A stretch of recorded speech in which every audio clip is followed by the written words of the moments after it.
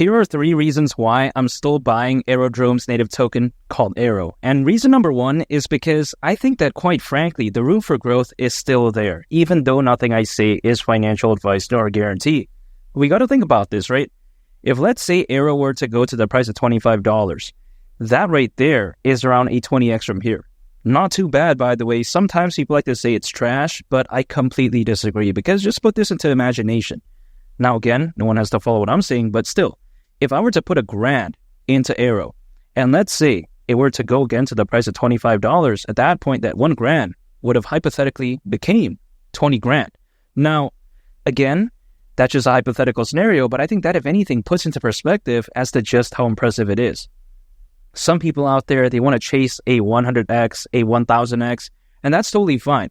That's their choice. But the way I view it is that I'd much rather choose something like AERO, because it's relatively proven, right? Because when you take a look at AERO, the amount of holders is amazing. It's holding up very strong. Not to mention, Aerodrome is a very solid project. So I don't think it's going to go down into the abyss or something like that.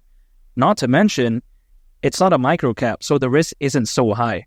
Could a microcap outperform AERO during a fully fledged bull run? Absolutely, because they're so low, naturally they have a lot of room to grow. But again, there's a lot of risk with that. Anything for me over a 10x is a big bonus. That's just the way I take a look at it. So a 20x, I'll take that hypothetically. Now, on the flip side, though, when it comes to AERO, it's not this massive thing to the point that the room for growth is trash. Because if you take a look at something, for instance, like BNB or like, Solana or like Ethereum or Bitcoin, they can't do like over a 10x, let's say, during this forum. They just can't do that from the point where they are as of right now. That's just the way I view it, though. But when it comes to AERO, it can still provide that over 10x gains. But on the flip side, the risk doesn't feel so high, which is why I really like it. Not to mention, you take a look at if AERO were to go to the price of $25, considering current circulating supply, market cap would be around $17 billion. So it's not so bad, right? We've seen something like Uni, which is the native token of Uniswap, exceed over $20 billion of market cap. So this isn't too much to ask for. At least that's the way I take a look at it. And when it comes to purely as a decentralized exchange, I think Aerodrome is a lot more dynamic than a Uniswap. Uniswap, I get it. It's great for its time. And as of right now, it still has a lot of fans. There's no denying that. But I think Aerodrome could very well be something very special. And again, I just think it's a lot more dynamic than Uniswap, which is why I don't think this is a crazy market cap. Here's the thing. If, let's say, I want to put into perspective as to just how much a 20x is. For instance, if I were to, let's say, go to bed, but then I have like one car in my garage, and then I wake up the next day and I have 20 cars, that's kind of crazy to think about, really. So when people like to complain that, oh yeah, if it's not a 100x, it's trash, all this type of stuff, well, I just disagree. At least that's for me. I like to believe in projects that are somewhat massive, but not too massive. You know what I mean? I'm not willing to go all in on like a micro cap, if that makes sense. So when it comes to AERO, it does fit the bill, at least personally for me. That's just the way I view it. Now, with that being said, some people like to say, okay, the fundamentals are bad when it comes to Aerodrome, but I disagree. And this actually brings me to my second reason as to why I'm still buying Aerodrome's native token called AERO. And it's because I believe that Aerodrome is one of the best decentralized exchanges out there. Here's the thing. What makes it very special, in my opinion, is the fact that it's on the base network, which is Coinbase's layer 2 network. Because oftentimes people like to say that, oh yeah, Aerodrome is just another decentralized exchange. We don't need that. But here's the thing. I get it. The competition for decentralized exchanges is fierce. It's intense. There's a lot of competitors out there.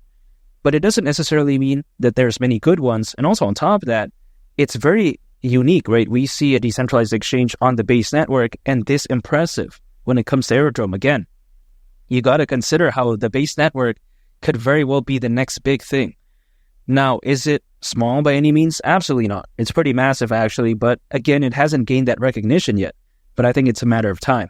After all, the base network is a layer 2 that, again, is Coinbase's, but it's built in collaboration with one of the leading layer 2s, aka Optimism. So that's impressive.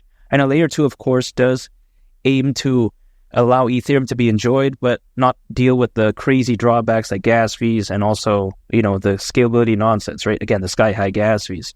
So when it comes to the base network, it's being backed by the right players. And also on top of that, use case is amazing. So if I see a decentralized exchange on that, it's a no-brainer pick for me, really. It's native token. So when people like to say, oh yeah, it's another decentralized exchange, well, quite essentially, yeah, it is, but this one's a little bit different. You know what I mean? You know, there's nothing necessarily wrong with Uniswap, but that's like an iPhone 15 Pro Max.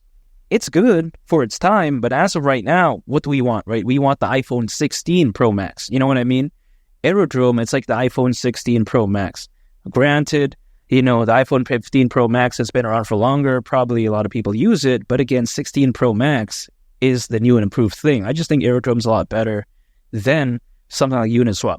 Uniswap, the way I take a look at it is that it's basically like Denny's, you know?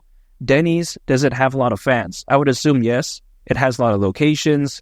You know, a lot of people like it. And don't get me wrong, back in college, I used to eat at Denny's a lot because I thought it was good. But then, of course, there's something called Sizzler. Sizzler has way less locations, but I think the taste is a lot better. I think the ambiance, you know, the whole vibe of the restaurant just feels a lot better, for me at least, right? Which is why I think that when it comes to Aerodrome, it's basically like the Sizzler of decentralized exchanges. Granted, it's not the most popular. Uniswap is like a Denny's, but then we all know that Sizzler is better. You know what I mean? That's just the way to take a look at Aerodrome. So it's a no-brainer pick for me. And again, when Coinbase has a layer 2 network and they have a decentralized exchange on there, right? Much like Aerodrome, yeah, I mean, the fundamentals pretty much speaks for itself. Not to mention, there's a lot of potential in the DeFi market, aka the decentralized finance market, predicted to be worth over $200 billion by 2030, according to Grandview Research. So when people like to say, yeah, the future of DeFi is done, all this type of stuff, decentralized exchanges have no future, I just disagree. There's still brighter days ahead. And again, when it comes to AERO, it's a no-brainer pick for me again.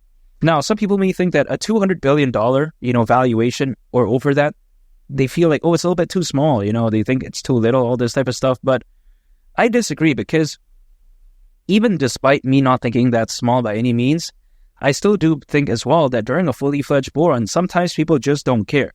Just think about this, right? When people were pumping Luna Classic for fun, do you think they cared that it had a future? Do you think they cared what market it was focused on?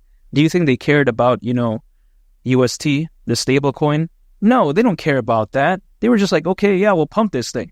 When people are pumping Klima down, like, come on, man. When people were pumping Litecoin, do you think that Litecoin really is good? Now, here's the thing. I think it's pretty much caca, but even besides that point, they all pump. So when it comes to something like, you know, AERO, it doesn't really matter if Aerodrome is focused on a market that people may deem too small, right? I just think it doesn't really matter during a fully fledged bull run because at the end of the day, if people are FOMOing into like Dogecoin, Shiba Inu, Luna Classic, I don't think they would care really what market Aerodrome is really focused in during a fully fledged bull run. I care though, but again, some people may not, and we've seen that time and time again. So I think Aerodrome, again, is a no-brainer for me. Now, the third and final reason why I'm still buying Aerodrome's native token called AERO is because I think this bull run could be so special. There's over 500 million crypto owners, according to Crypto.com research. You take a look at the Ethereum ETF, which of course is going to benefit many layer 2s out there, including something like the Base Network and also Optimism, and also naturally, of course, something like Aerodrome, which is on the Base Network. I don't see why I won't join that ride. Not to mention, you take a look at, for instance, you know, the Bitcoin ETF, which is massive. The amount of institutional investors, the amount of enterprise adoption is through the roof. So I think this bull run could be so amazing.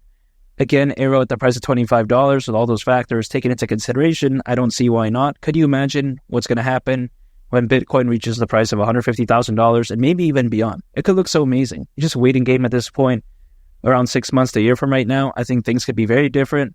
But I'm going to stick with my strategy. Dollar cost averaging, acquiring any time on income, holding, and just waiting. That's it. And again, $25 wouldn't surprise me whatsoever during this bull run, and it wouldn't shock me. And make sure to subscribe. If you gained value from this video, I'd greatly appreciate it. It's Willie the Captain, and I'll catch y'all on the next one. I'm out. Peace. Bye.